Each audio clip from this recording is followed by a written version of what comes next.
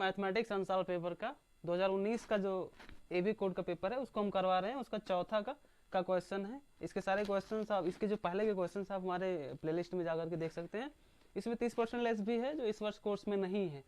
तो आइए देखते हैं अगला जो सवाल है कि सिद्ध कीजिए कि 2 प्लस रूट में 3 एक अपरिमेय संख्या है।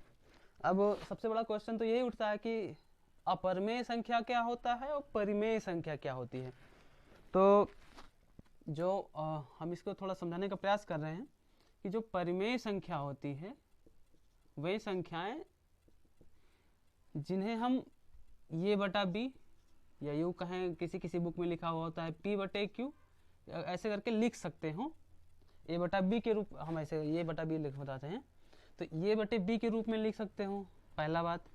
दूसरी ये कि b नॉट इक्वल्स टू 0, मतलब b का जो मान होना चाहिए वो 0 के बराबर नहीं होना चाहिए। b हमेशा 0 से बड़ा या 0 से छोटा एनीथिंग, लेकिन b 0 नहीं होना चाहिए। दूसरा बात, ये व b सह अभाज्य होने चाहिए, सह अभाज्य, तो हम उसे कहेंगे कि ये परिमेय संख्या है। अब दोबारा समझिए, ऐसी संख्या जिसे ये बटा बी के रूप में लिख सकते हो, बिन 0 ना हो और ये व बी सह अभाज्य होने चाहिए, तो उसे हम कहते हैं कि ये परिमेय संख्या है। अब इसका मतलब क्या हुआ सहभाज्य का। अब सहभाज्य समझ लीजिए। सहभाज्य का मतलब ये होता है कि वह संख्याएं जिनका अभाज्य गुणनखंड में, जिनके अभाज्य गुणनखंड में जो उभयनिष्ठ गुणनखंड हो या जो उभयनिष्ठ हो वो केवल एक हो। ये तो समझे में नहीं आया, दोबारा समझो। अब एग्जाम्पल से समझो। जैसे हम समझ लेते हैं कि 7, अब 7 का अगर अभाज्य गुणनखंड करें तो क्या हो सकता है, 1 गुणे 7, कुछ और तो हो नहीं सकता। अब दो संख्या 12 ले लिया हमने, अब 12 का अभाज्य गुणनखंड कर रहे हैं।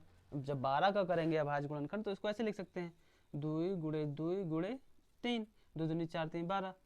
एक जो है हम अपने घर से इसको बोनस दे देते हैं, नहीं बोनस नहीं दे रहे हैं, लेकिन एक का जो मान है वो हमेशा रहेगा, वो एक मल्टीप्लाई करेंगे तो उतना आएगा। मतलब एक जो होता है सभी का गुणनखंड होता है, भाज्य गुणनखंड, कोई भी नंबर हो एक उसका गुणनखंड होगा अदर देन 0, 0 को छोड़ के।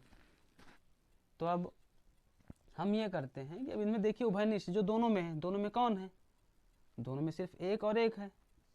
तो जो कॉमन होगा, जो कॉमन फैक्टर होगा, यानी कि जो उभयनिष्ठ गुणनखंड है वो एक है, तो हम कहेंगे कि ये जो है सहभाज्य संख्या है। ऐसे मान लीजिए 5 लिख दे रहे हैं और कोई भी दूसरा नंबर ले लीजिए, हम 8 लिख दे रहे हैं। अब 5 और 8 इनका गुणनखंड करिएगा, फिर इसके बाद में कॉमन निकालिएगा तो एक ही आएगा, तो ये क्या हो गए, सहभाज्य हो गए। तो अब हम क्या करते हैं, एक चीज़ और कि अब परिमेय तो हो गया, लेकिन अब हम ये प्रयास करते हैं कि अपरिमेय क्या होता है। वह संख्याएं जो इन कंडीशंस में से किसी एक को भी फॉलो ना करें तो वो होता है अपरिमेय संख्या। जितने कंडीशंस हैं अगर कोई एक भी नहीं है तो अपरिमेय संख्या बोल सकते हैं हम। ठीक। अब एक कंडीशन ये भी होता है कि इसके पहले क्वेश्चंस में आप लोगों ने पढ़ा होगा कि √3, √5 या यूं कहें कि √7 ये अपरिमेय संख्याएं होती हैं। ये सिद्ध होता है, क्लास के टेक्स्ट बुक्स में है भी क्वेश्चंस कि ये अपरिमेय संख्याएं होती हैं।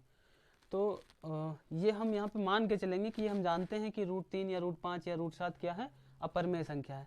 अब ये ज़्यादा कंफ्यूज नहीं होने का है कि √3, √5, √7 क्यों होता है, क्योंकि अगला क्वेश्चन अगर आप देखना चाहते हो तो हमारे जो चैनल है उसके इनबॉक्स में, सॉरी इनबॉक्स नहीं, प्लेलिस्ट में वास्तविक संख्याओं का चैप्टर करके एक प्लेलिस्ट है, उसमें से जा करके आप √3 या √5 में से किसी एक को हमने लगवाया है, वहाँ पे जा करके देख सकते हैं।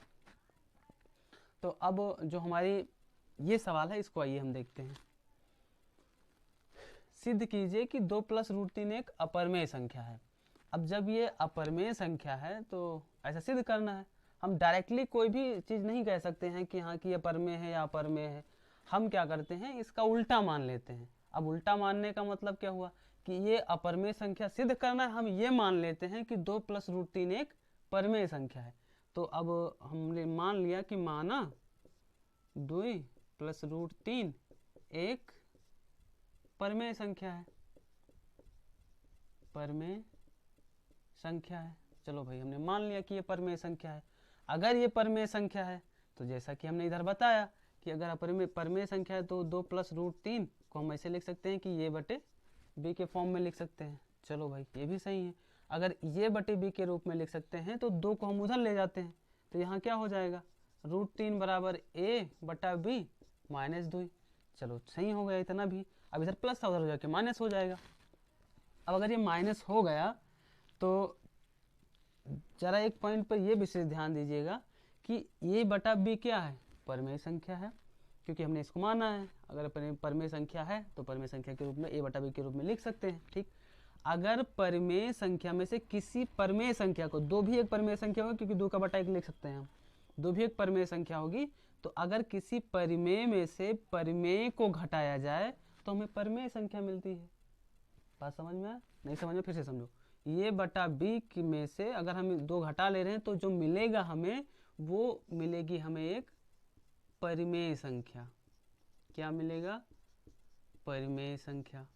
अब अगर ये परिमेय संख्या है और चूंकि हम ये जानते हैं कि √3 क्या है, एक अपरिमेय संख्या है,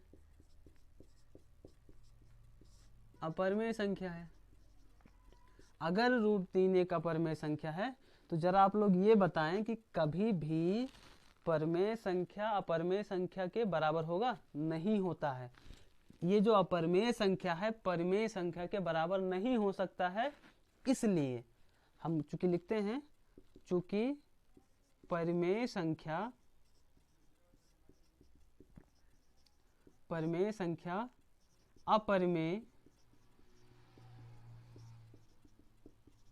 संख्या के बराबर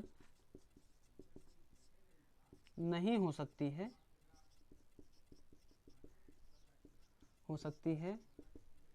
अगर ये बराबर नहीं हो सकती है तो मतलब हमने कुछ गड़बड़ी किया है। ये चूंकि यहाँ पे बराबर आ रहा है तो बराबर नहीं हो सकती है, तो हम ये कहते हैं, इसलिए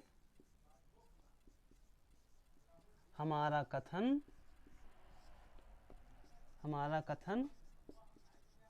असत्य है। कौन सा कथन? जिसको हमने माना है कि √2 + √3 एक परमेय संख्या है, तो ये इसलिए हमारा कथन असत्य है। और इस प्रकार हम ये कह सकते हैं कि 2 + √3 एक अपरिमेय संख्या है।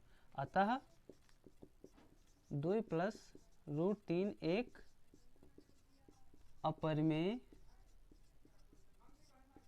संख्या है।